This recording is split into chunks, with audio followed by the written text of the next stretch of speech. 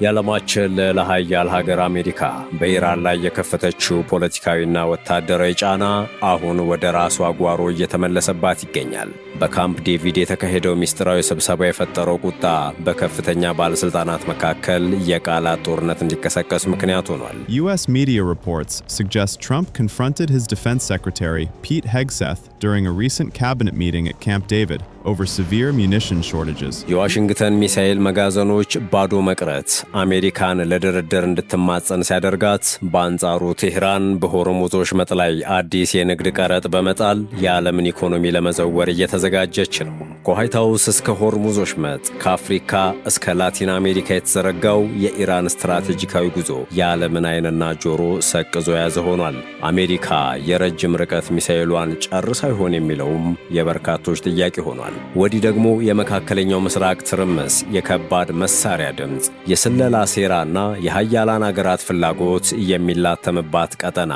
የመካከለኛው ምስራቅ የፖለቲካ ትኩሳትና ግጭቶች አሁንም መፍትሄ ያላገኘ እንቆቅልሽ ሆነው ቀጥለዋል። በየመን በደረሰ የድንገተኛ የሮኬትና የድሮን ጥቃት የ30 ሰዎች ሕይወት ማለፉ ተሰምቷል። በሌላ በኩል ደግሞ የኢራንና የእስራኤል የስለላ ጦርነት ሌላ ምዕራፍ ላይ መድረሱ ተዘግቧል። አሜሪካውያንም በቀጠናው ሊከሰት ስለሚችለው መጠነ ሰፊ ትርምስ ስጋታቸውን እየገለጹ ባሉበት በዚህ ወቅት አሜሪካና አጋሮቿ የነደፉት የኢራንን መንግሥት የመለወጥ ዓላማ አልተሳካም የሚሉ ትንታኔዎች እየወጡ ነው።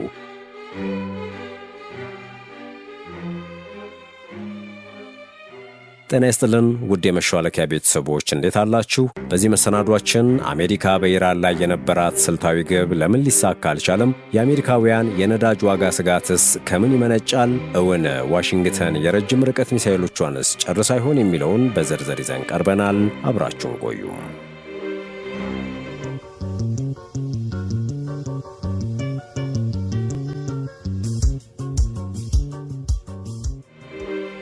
አሜሪካ ከፍተኛ ችግር ውስጥ እንደምትገኝና ፕሬዝዳንቷና ሚኒስትሮቹም አንተነህ ጥፋተኛ፣ አንተነህ ልግመኛ እየተባባሉ ጸብ መጀመራቸው እየተሰማ ይገኛል። ለዚህ ከፍተኛ ኃላፊዎቹ ዶናልድ ትራምፕና ለመከላከያ ሚኒስትሩ መካከል ለተነሳው ጸብና ለመግባባት የአሜሪካ የሚሳኤል ግምጃ ቤት ጥሪቱ ተሟጦ አሁን ላይ እንኳን ኢራንን ሊያጠቃ ቀርቶ አሜሪካንም ከጥቃት ሊከላከል የማይችልበት ደረጃ ላይ መድረሱ በምክንያትነት ተነስቷል።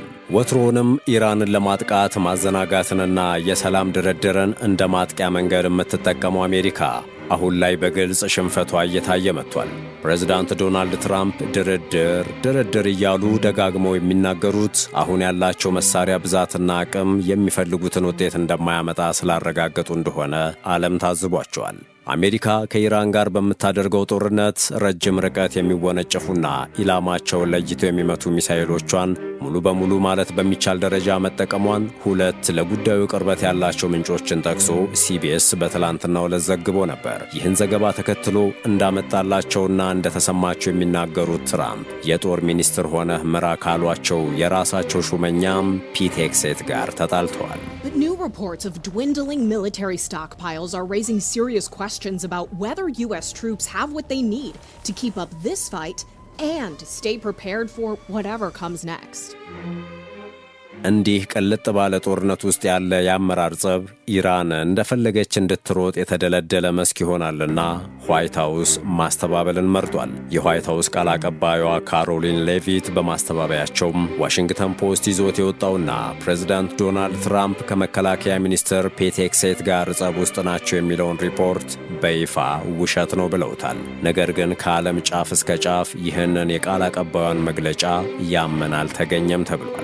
ዋሽንግተን ፖስት ትራምፕ ካምፕ ዴቪድ በሚባለው የፕሬዝዳንቱ የበጋ መኖሪያ በተደረገው ስብሰባ ላይ ስለ ረጅም ርቀት ሚሳኤሎች ብዛት የተሳሳተ መረጃ ሰጥተኸኛል ብለው ፒት ሄግሴትን ከፍ ዝቅ እንዳደረጓቸው ምንጮች የነገሩኝ ብሎ ዘግቧል። እንደ ቃል አቀባዩ ማስተባበያ ከሆነ ግን ዋሽንግተን ፖስት ምንጮች የነገሩኝ ያለው ስብሰባ ላይ ስለመገኘታቸውና የተፈጠረ ነገር አለመኖሩን ገልጸዋል። ሆኖም ግን ጉዳዩ በዚሁ ከቀጠለ አሜሪካ በኢራን የደረሰባትን ሽንፈት ተከትሎም ቀጣይ የሚለቁት ትልቅ የአሜሪካ ባለስልጣን ፒት ሄግሴት ሊሆኑ ይችላሉ እንዲባል አድርጓል። ይህ ደግሞ ግልጽ የሆነ የአመራር ክፍተት ስለሚፈጥር የአሜሪካን ሽንፈት የቁልቁለት መንገድ ያደርገዋል።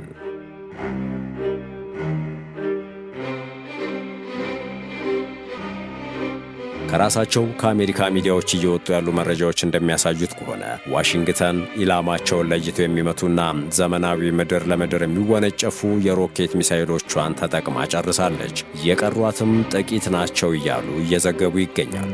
አሜሪካ ያሏትን የረጅም ርቀት ተወንጫፊ ሚሳኤሎቿን በሙሉ ተጠቅማ ማጠናቀቋን ቀድሞ የዘገበው ሮይተርስ የዜና ወኪል ሲሆን ሲቢኤስ የተባለው ሚዲያ ከዚህ ቀደም የረጅም ርቀት ሚሳኤሎችና ከምድር ወደ አየር ተምዘግዝገው ኢላማቸውን በመለየት የሚመቱ መሳሪያዎች ክምችት በመቀነሱ የትራምፕ አስተዳደር ከኢራን ጋር የሚያደርገውን ጦርነት ለማቆም መገደዱን ዘግቦ ነበረ። የአሜሪካ ባለስልጣናት በመጋዘን ውስጥ የሚገኙት ኢላማቸውን ለይተው የሚመቱና ዘመናዊ ምድር ለምድር የሚወነጨፉ የሮኬት ሚሳኤሎች ቁጥር ውስን መሆኑን በይፋም ባይሆን በድብቅ ለሚዲያዎች ገልጸዋል። ባለስልጣናቱ እንደሚሉት ፓትሮይት እና ተርሚናል ሃይ አልቲቲዩድ ኤሪያ ዲፌንስ የሚባሉት የረጅም ርቀት ተወንጫፊ ሚሳኤሎችን በፍጥነት አምርቶ መተካት እንደማይቻል ነው። ሐምሌ ወር ላይ አንድ የምርምር ቡድን ጦርነቱ ከመጀመሩ በፊት አሜሪካ 2330 ፓትሮይት ሚሳኤሎች የነበራት መሆኑን ገልጾ በሐምሌ ወር መጨረሻ ላይ ግን ከ827 እስከ 759 መካከል ብቻ እንደቀራት ገልጿል። ይኸው ጥናት አሜሪካ ከጦርነቱ በፊት 452 THAAD የተባለው መሳሪያ እንደነበራት አስታውሶ በሐምሌ ወር መጨረሻ ግን ከ278 እስከ 234 ባለው ውስጥ ብቻ እንደቀራት መዝግቧል። ሌላ በቅርቡ ይፋ የሆነ ጥናት አሜሪካ ያሏትን የመሳሪያ ክምችቶች ከጦርነቱ በፊት ወደ ነበረው ለመመለስ እስከ 2029 አጋማሽ ድረስ እንደሚወስድባት ይፋ አድርጓል። ይህም ማለት በዚህ አጭር ጊዜ ውስጥ አሜሪካ በኢራን ላይ ጥቃት ከፈተች ማለት በራሷ ላይ ሸምቀቆን እንዳጠበቀች ይቆጠራል። የፔንታጎን ቃል አቀባይ ሼን ፓርኔል ለሲቢኤስ ኒውስ በሰጡት ምላሽ የአሜሪካ ጦር በዓለም ላይ ከፍተኛ አቅም ካላቸው መካከል ነው፣ ፕሬዝዳንቱ ባዘዙ ሰዓት የሚሰጠውን ተልዕኮ ለመፈጸም የሚያስችል አቅም አለው ብለዋል። አክለውም ውጤታማ ዘመቻዎችን አድርገናል በማለት ሕዝባችንና ፍላጎታችንን ለመከላከል የሚያስችል በቂ መሳሪያ ታጥቀናል ብለዋል። ከዚህ ቀደምም የአሜሪካ መከላከያ ሚኒስትር የሆኑት ፒት ሄግሴት የጦሩ የመሳሪያ ክምችት ቀንሷል የሚለውን አስተያየት ውድቅ አድርገው ነበር።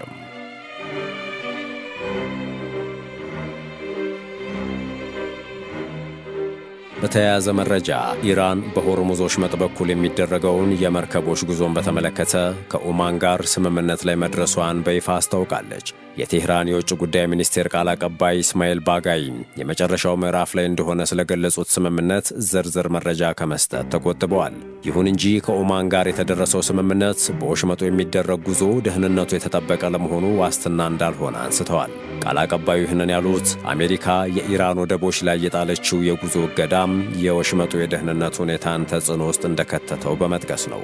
አሜሪካና ኦማን ግን እስካሁን የስምምነት እቅዱን በተመለከተ አስተያየት አልሰጡም። ቴህራን በወሽመጡ የሚያልፉ መርከቦች ላይ እጥለዋለሁ የምትለው ክፍያ ኢራንና አሜሪካንን ካላስማሙ ጉዳዮች አንዱ ነው።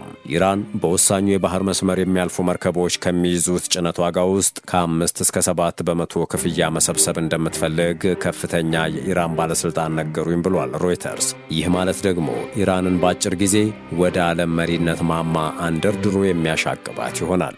የመጀመሪያው ነገር ከዚህ ቀረጥ የምታገኘው ገቢ እጅግ ከፍተኛ በመሆኑ ኢኮኖሚዋም ሆነ ወታደራዊ አቅሟ በአጭር ጊዜ በከፍተኛ ፍጥነት ያድጋል።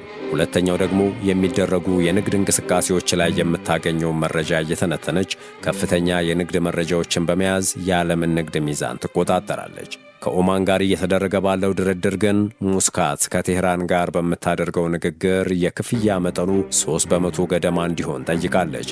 በአንጻሩ አሜሪካ ፍላጎቷ በወሽመጡ ውስጥ የሚደረገው እንቅስቃሴ ምንም አይነት ክፍያ እንዳይኖር ነው። የሮይተርስ ዘገባ እንደሚያሳየው የቀረበው ስምምነት ቴህራን ወደ ፋርስ ባሕረ ሰላጤ የሚገቡ መርከቦች ላይ ሙሉ ቁጥጥር እንዲኖራት ያደርጋል።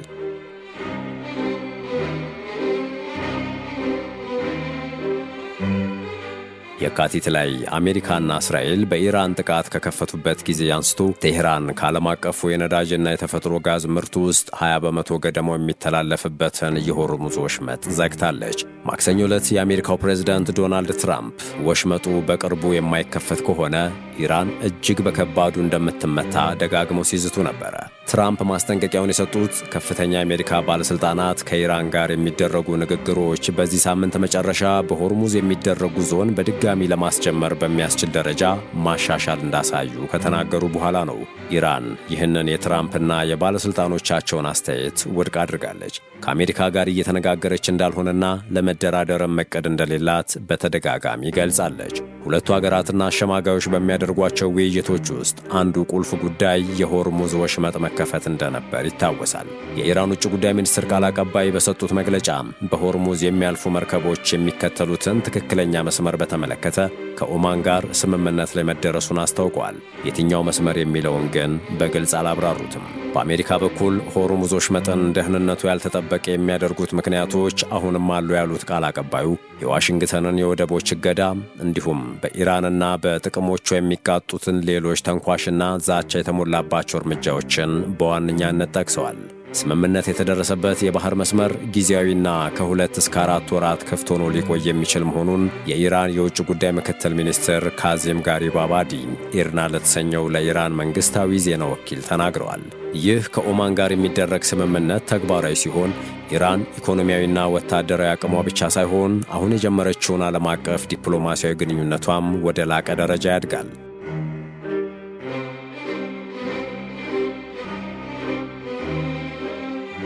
ኢራን ከአሜሪካና ከእስራኤል ጋር የምታደርገውን የጂኦፖለቲካ ውድድር በአፍሪካ፣ በላቲን አሜሪካና በእስያ በማስፋት ከመካከለኛው ምስራቅ ውጭ ያለውን የጂኦፖለቲካዊ ተጽዕኖዋን በንቃት እያሳደገች ትገኛለች። ኢራን አፍሪካን የውጭ ፖሊሲዋ ቀዳሚ ትኩረት በማድረግ ከ2023 እስከ 2025 ባሉት ዓመታት ውስጥ በርካታ ጉባኤዎችን በማዘጋጀት ከ40 ከሚጠጉ ሀገራት ጋር ያላትን ግንኙነት አጠናክራለች። ለአብነትም በሰሜን አፍሪካ ኢራን በአልጄሪያ በኩል በመሰለፍ ሞሮኮ ከእስራኤል ጋር ያደረገችውን ግንኙነትና በምዕራባዊ ሰሐራ ላይ ያላትን አቋምን በመቃወም የአሜሪካና የእስራኤልን ተጽዕኖ ለመከላከል እየሰራች ይገኛል። በምስራቅ አፍሪካም ቢሆን ኢራን የሱዳንን የጦር ኃይሎች ከመደገፏን በላይ ከኬንያና ኡጋንዳ ጋር ያላትን የዲፕሎማሲና የደህንነት ግንኙነት አጠናክራለች። ይህም እንደ አውሮፓውያን አቆጣጠር በ2025 የተፈረመውን የመረጃ ልውውጥ ስምምነትን ያካትታል። ከምስራቅ አፍሪካ ሻገር ስትልም እንደ ዚምባብዌ ካሉ ሀገራት ጋር የዲፕሎማሲና የደህንነት ግንኙነትን አጠናክራለች። በሳህል ቀጠና የምዕራባውያን ወታደራዊ ጫና በቀነሰበት በአሁኑ ወቅት ኢራን በወታደራዊ ጉዳዮች በኃይል ማለትም በኢነርጂና በሳይንሳዊ ትብብር መስኮች ያላትን ተሳትፎ አሳድጋለች። በተለይም ከኒጀር ጋር ያለውን ግንኙነት አጠናክራለች።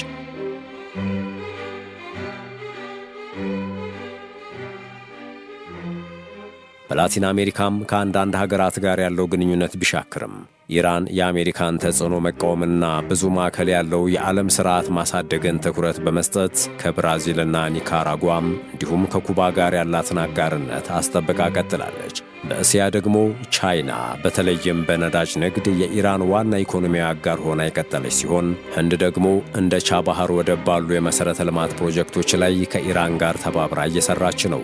በተጨማሪም ኢራን ከሰሜን ኮሪያ ጋር ያላትን ስትራቴጂካዊ ግንኙነት ያስቀጠለች ሲሆን ከማዕከላዊ እስያ ሀገራት ጋር ያላት ግንኙነት ስትራቴጂካዊና ጠንካራ ነው። ከዚህም በላይ ኢራን ዓለም አቀፋዊ ተጽዕኖዋን ለማስፋፋትና የምዕራባውያንን የበላይነት ለመመከት ከሩሲያና ቻይና ጋር የተደረጉ ስትራቴጂካዊ ስምምነቶች በሚሰጡት ድጋፍ እንደ ብሪክስና የሻንጋይ የትብብር ድርጅት ኤስሲኦ ያሉ ባለብዙ ወገን መድረኮችን በንቃት እየተጠቀመች ትገኛለች። ያሁኑ ከኦማን ጋር ያደረገችው ስምምነት መተግበር ከጀመረ ደግሞ ኢራን በዓለም አደባባይ የተፈራችና የታፈረች ሀገር መሆኗ ጥርጥር የሌለው ይሆናል። በየመን ማሪብና ሀድራማውት በተባሉ ግዛቶች በሚገኙ የድንገተኛ የአደጋ ጊዜ ኃይሎች ካምፖች ላይ በሁቲ አማጽያን ሳይሰነዘር አልቀረም የተባለ የሮኬትና የድሮን ጥቃት ቢያንስ 30 ሰዎችን እንደገደለ ተዘግቧል። በዓለም አቀፍ ደረጃ እውቅና ያገኘው የየመን መንግሥት የድንገተኛ አደጋ ሠራተኞች በጥቃቱ የሰው ሕይወት ከመጥፋቱም ባለፈ ከፍተኛ የቁሳቁስ ጉዳት መድረሱን አረጋግጠዋል። ምንም እንኳን ከሚያዝያ 2022 ከፈረንጆቹ አቆጣጠር ጀምሮ አንጻራዊ መረጋጋት ታይቶ የነበረ ቢሆንም ከሐምሌ መጀመሪያ ጀምሮ ግን በተለያዩ ግንባሮች ውጊያው ዳግም አገርሽቷል። በተያያዘም ዜና የየመን መንግስት ኃይሎች በማሪብ ከተማ የአየር ክልል ውስጥ የሁቲዎችን ድሮን መተው መጣላቸውን የሀገሪቱ ይፋዊ የዜና አገልግሎት ሳባ ዘግቧል። ሁቲዎች ግን እስካሁን በጉዳዩ ላይ ምንም አላሉም። የመካከለኛው ምስራቅ ጉዳይ በዚህ አያበቃም። ከኢራን በተሰማ ዜና የሞሳድ ሰላዮች ተያዙ ተብሏል። የኢራን የስለላ ሚኒስቴር ከእስራኤሉ የስለላ ድርጅት ሞሳድ ጋር ግንኙነት አላቸው የተባሉ 21 ሰዎችን በቁጥጥር ስር መዋሉን የመንግሥት መገናኛ ብዙሃን ዘግበዋል። እነዚህ ቅጥረኞች ተብለው የተጠሩ ግለሰቦች ስለ ኢራን ወታደራዊ ሁኔታ መረጃዎችን በመሰብሰብ ለሞሳድ ይልኩ እንደነበር ተገልጿል። ተጠርጣሪዎቹ የተያዙት በደቡብ ምስራቅ የሀገሪቱ ክፍል በሚገኘው ኬርማን ግዛት ውስጥ መሆኑ ታውቋል።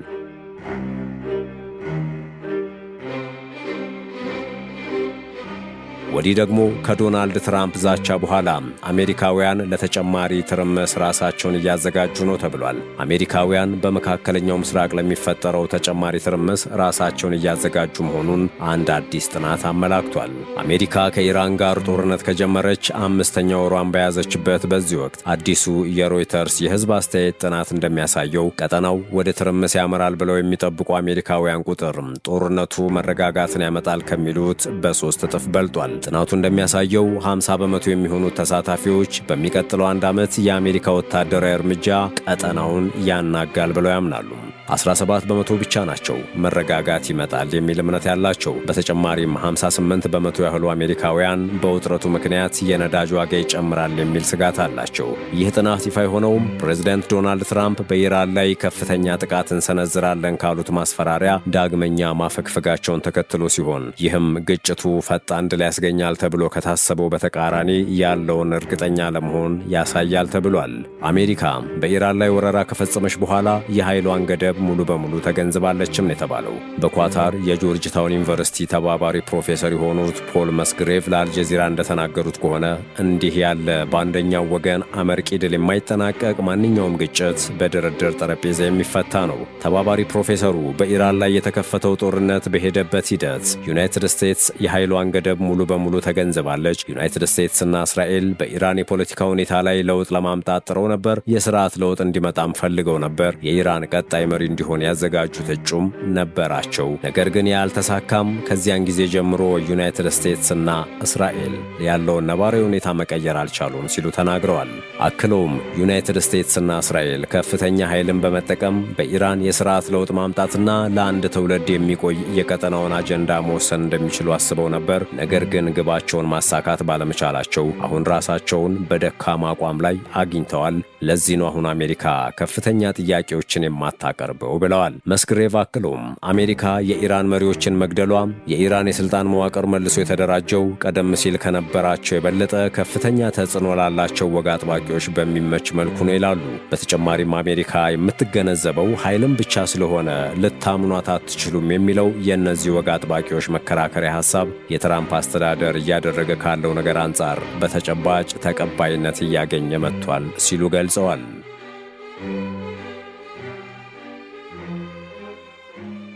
ውድ የቻናላችን ቤተሰቦች በኢራንና አሜሪካ ወቅታዊ ጉዳዮች ያዘጋጀነው መሰናዶ የተከታተላችሁትን ይመስል ነበር። በየዕለቱ ወቅታዊና አዳዲስ መረጃዎችን ወደ እናንተ ማድረሳችን የሚቀጥል ሲሆን እናንተም ቻናሉን ሰብስክራይብ፣ ቪዲዮውን ላይክ በማድረግ ቤተሰብነታችሁን እንድታጠናክሩ እየጋበዝን ሰናይ ጊዜን ተመኘን።